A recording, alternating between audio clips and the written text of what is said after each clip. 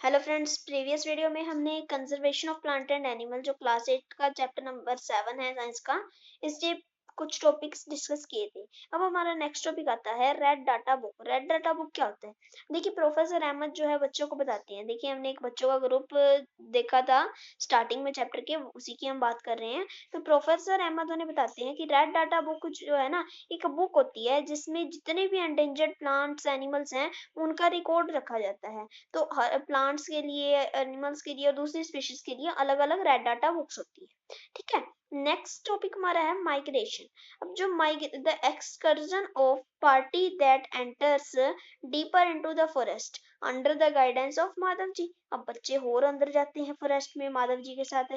तो वो एक तवा रिजर्वियर के पास बैठते हैं अपने आप को रिलैक्स करने के लिए। पहेली देखती है कुछ बर्ड्स को अपने जो रिवर के आसपास है। तो माधव जी बच्चों को बताते हैं कि ये माइग्रेटरी बर्ड्स हैं। ये बर्ड्स जो है ना, have flown here from other parts of the world, कि यहाँ से जो दूसरे पार्ट में दुनिया के चले जाते हैं।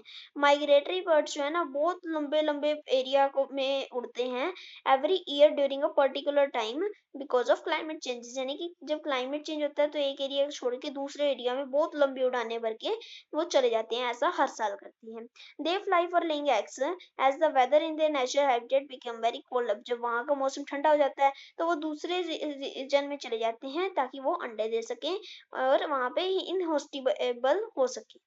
बर्ड्स जो कि बहुत लंबे लंबे डिस्टेंस को कवर करते हैं दूसरे लैंड पे जाने के लिए, उन्हें माइग्रेटरी बर्ड्स कहा जाता है। ठीक है। इसके बाद है हमारा next topic recycling of paper. जो पेपर की रिसाइकलिंग होती है। अब देखो, प्रोफेसर अहमद जो है ना बच्चों को बताते हैं कि to another cause of deforestation, एक और मतलब कि डिफोरेस्टेशन का जो कारण है उसके बारे में बताते हैं। वो बताते हैं कि he tell them that it takes 17 full grown trees to make 1 ton of paper। मतलब कि अगर हमें 1 टन पेपर बनाना है ना तो हमें 17 फुल ग्रोन ट्रीज की जरूरत होती है। तो हमें पेपर को बचाना चाहिए। प्रोफेसर अहमद बताते हैं कि कि paper can be recycled 5 to 7 time for use. मतलब कि पेज को 5 से 7 बार रिसाइकल किया जा सकता है यूज के लिए। अगर हर एक बच्चा कम से कम एक शीट को भी बचाता है पेपर की हर एक दिन में, यानी कि एक दिन में अगर हर एक बच्चा एक शीट बचाता है पेपर की, तो हम बहुत सारे पेड़ को बचा सकते हैं एक साल में। तो हमें जो है सेव करना चाहिए, रीयूज करना चाहिए यूज पेपर्स का, और उन्हें रिसाइकल करना चाहिए।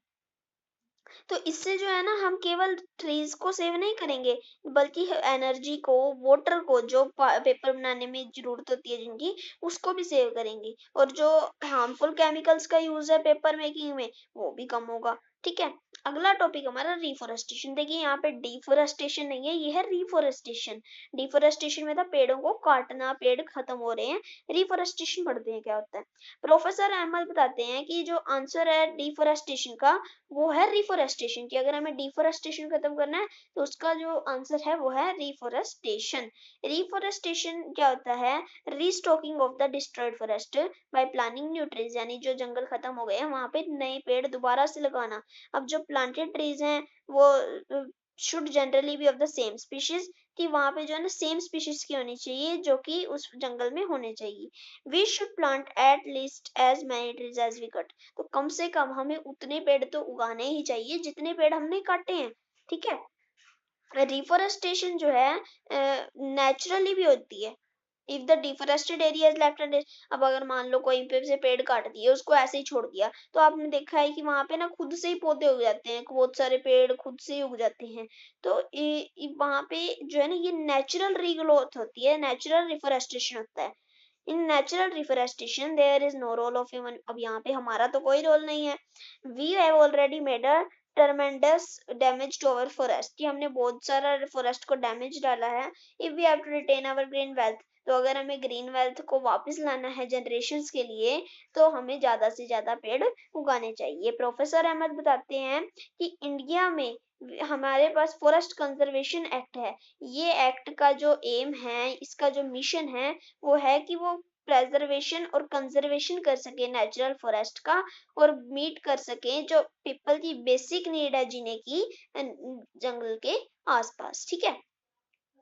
कुछ रेस्ट के बाद माधव जी बच्चों कहते हैं कि स्टार्ट मूविंग बैक, कि वो वापस चलें, because it is not advisable to stay back in the jungle after sunset, क्योंकि सूरज डूब रहा है। अब सूरज डूबने के बाद जंगल में रहना सेफ नहीं है, क्योंकि बहुत सारे एनिमल्स आ जाते हैं। तो वापस आने के बाद प्रोफेसर अहमद और चिल्ड्रन जो है माधव जी के थैंक्स करते हैं और वापस से अपने जो है चले जाते हैं एक्साइटिंग एक्सपीरियंस से। अब देखिए ये कहानी की तरह था एक चैप्टर, जिसमें कि पहेली बूझो के साथ माधव जी थे, प्रोफेसर अहमद थे। ठीक है, तो आशा करता हूँ आपको ये चैप्टर अच्छी तरह समझ आ गया होगा। इसके बाद हमारे इस चैप्टर के एनसीईआरटी क्वेश्चन है, इनको हम नेक्स्ट वीडियो में डिस्कस करेंगे। Thank you.